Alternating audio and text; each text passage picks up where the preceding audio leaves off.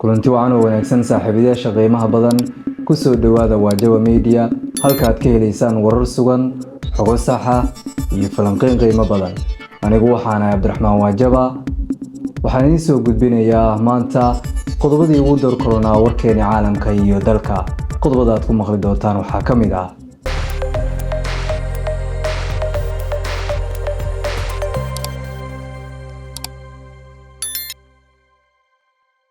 dhiig ku daatay Pakistan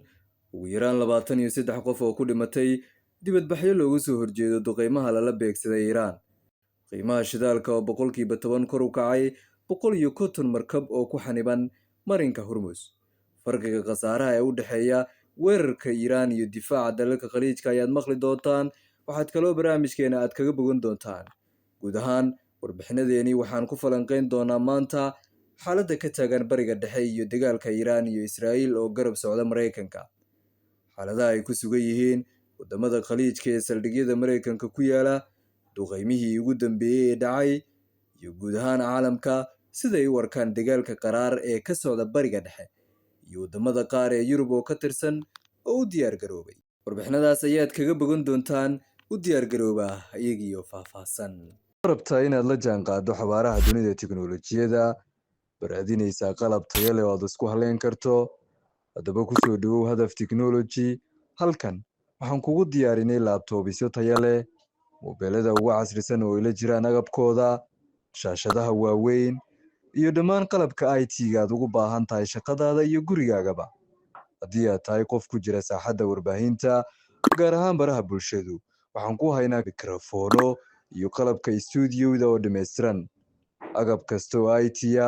wixii qalab aad ugu baahato xafiis ama guri tayo caalami ah adeeg la isku haleyn karo iyo qiimo kugu habboon waa halka aad kaga iibsan karto qalabka electronics-ka hadaf technology xarunteenu waa Baydhabo agaarka Shaneem Shantraal la sugin ee maanta na soo booqo hadaf technology hirka tiknoolajiyada mustaqbalka hadafkeenu waa inaan kugu xirno mustaqbalka tiknoolajiyada nagala soo xiriir taleefanada shaashadaha kaaga muuqda waxaan ku bilaabayaa dhiig ku daatay Pakistan ugu yaraan 23 qof oo ku dhimatay dibadbaxyo looga soo horjeedo duqeymaha lala beegsaday Iran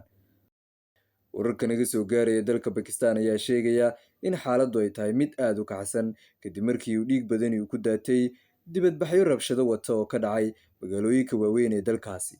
ugu yaraan 23 qof ayaa la xaqiijiyay inay geeriyoodeen tiro intaas ka badanna ay ku dhaawacmeen kadib markii ay isku dhaceen dibadbaxyaal careysan iyo ciidanka ammaanka ee dalka Pakistan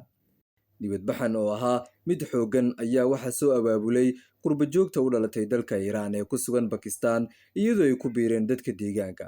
dadkan ayaa ku mudaharaadaya duqeymo isdaba joog oo ay dowladaha Mareykanka iyo Israa'iil ay ka fuliyeen gudaha dalka Iran dadka careysan ayaa isugu soo baxay fagaarayaasha iyagoo ku dhawaaqay halku-dhigyo ka dhanna fargelinta shisheeye ee weerarada lagu qaadayo madaxbannaanida dalka Iran xaaladda ayaa faraha ka baxday markii dibadbaxayaashu ay u jeesteen dhanka qunsuliyadaha Mareykanka iyo xafiisyada qaramada midoobay ee magaalooyinka Pakistan wararku waxay sheegayaan in askarta ilaalada ka dhismooyinkaasi ay rasaas nool ah ku jawaabeen markii dibadbaxayaashu ay isku dayeen inay xoog ku galaan xafiisyadaasi goobjoogyaal ayaa sheegay in rasaastu ay keentay dhimashada dadka ugu badan taas oo sii kicisay carada shacabka ilaa iyo hadda dowladda Pakistan si rasmi ah uguma hadal tirada rasmiga ee dhimashada balse isbitaalada ayaa la circiiraya dadka dhaawacyada qaba beesha caalamka ayaa isha ku haysa halka ay ku dambeyn doonto xiisada ka dhalatay duqeymaha Iran ee ku fidaya dalka Pakistan wixii warar ay ku soo kordha arrintaas halkan Wajawa Media ayaad kala socon doontaan daawadayaal qiimaha shidaalka oo boqolkiiba 10 kor u kacay 150 markab oo ku xaniban marinka Hormuz qiimaha shidaalka dunida ayaa kor u kacay qiyaastii boqolkiiba 7 ilaa boqolkiiba 10 sababtoo ah xiisada dagaal ee ka taagan bariga dhexe dadka suuqyada maalgashiga ku jira waxay ku baaqayaan in shidaalka ka yimaada khaliijka uu hakad galo marinka Hormuz oo laga gudbiyo ku dhawaad boqolkiiba 20 shidaalka dunida ayaa noqday meel khatar ah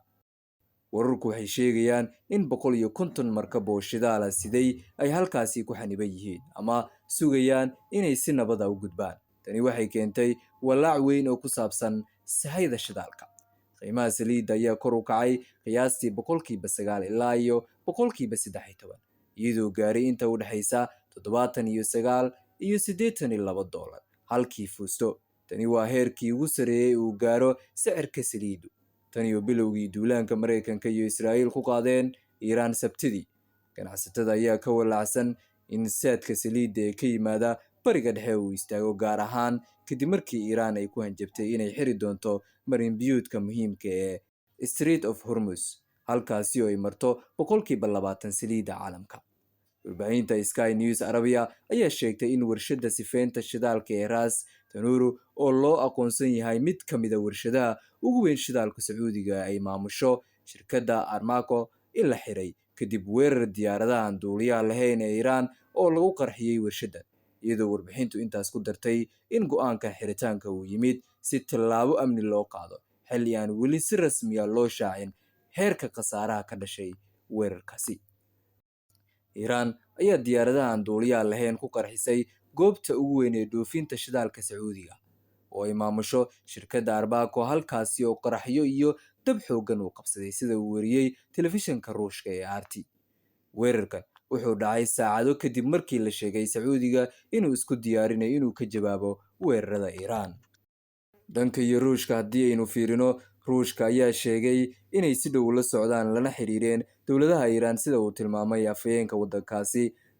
Mareykanka, Israa'iil, UK, Faransiiska iyo Jarmalka ayaa safka wada ah dagaalka Iiraan, balse Shiinaha iyo Ruushka weli kama soo muuqan dhinaca Iiraan. weli dagaalka u dhexeeya Iiraan iyo Israa'iil oo garab ka helaysa Mareykanka waa uu socdaa maanta. ilaalada kacaanka Iiraan oo gantaalo tirobela ku riday Israa'iil ayaa shaaca ka qaaday in bartilmaameedyadu xafiiska Netanyahu ay ahaayeen iyo ciidamada cirka Israa'iil, balse weli Israa'iil ma sheegan wax khasaaraha. dowladda Iiraan ayaa sheegtay in Mareykanka iyo Israa'iil ay beegsadeen xarumaha Natanz ee barnaamijka nukliyeerka Iiraan, iyadoo shuucaca ka soo baxa uu khatar weyn ku yahay guud ahaan dalalka Carabeed. Yurub oo kale haddii aynu fiirino, qiimaha gaaska ayaa kor u kacay 22% dagaalka Iiraan awgeeda, sida ay ku warantay APF, iyadoo Iiraan ay maanta mar kale gantaalo u qaybisay Sacuudi Carabiya oo ay ku dhufatay warshadda shidaalka ee Ras.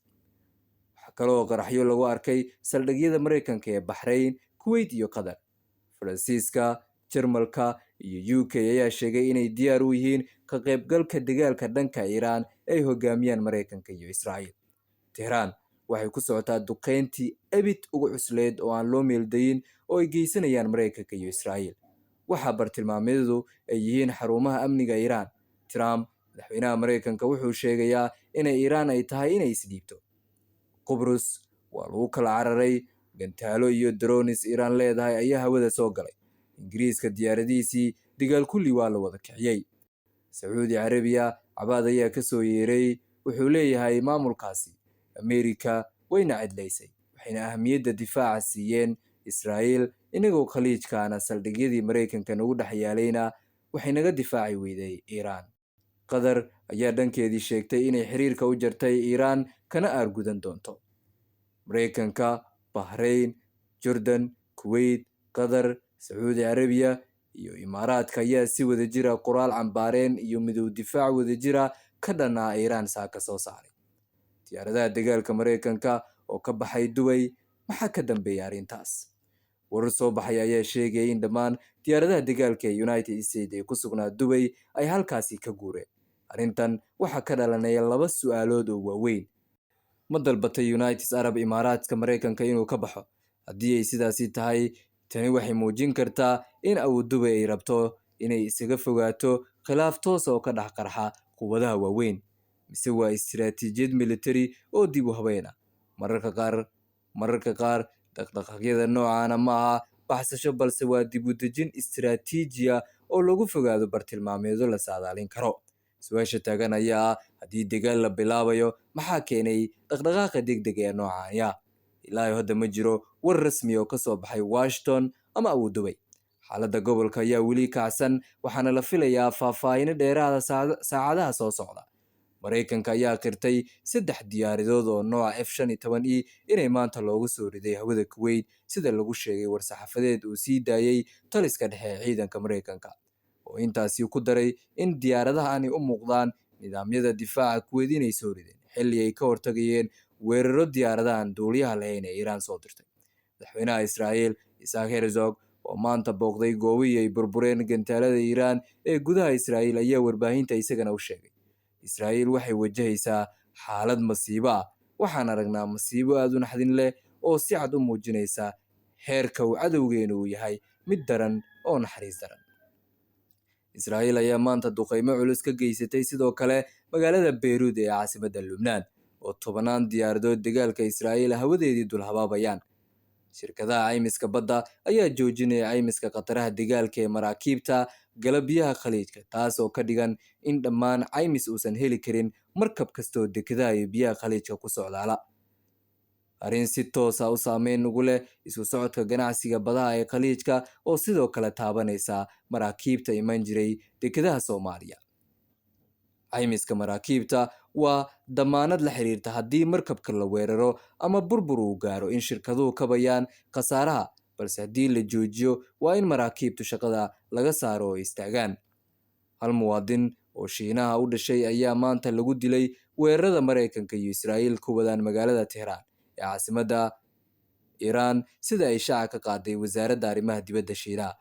Lama sheegin wax tilaabo oo la qaaday, wuxuuna Shiinuhu ugu baaqay muwaadiniinta in si degdeg ah uga baxaan dhulka Iiraan. Turkiga ayaa maanta xiray isagana xadka uu la wadaago Iiraan, iyadoo wasiirka ganacsiga Turkiga uu ku dhawaaqay in Turkiga iyo Iiraan ay joojiyeen isu socodkii sida joogta ah isaga gudbi jiray xuduudaha sida la sheegay war-saxaafadeed rasmi ah.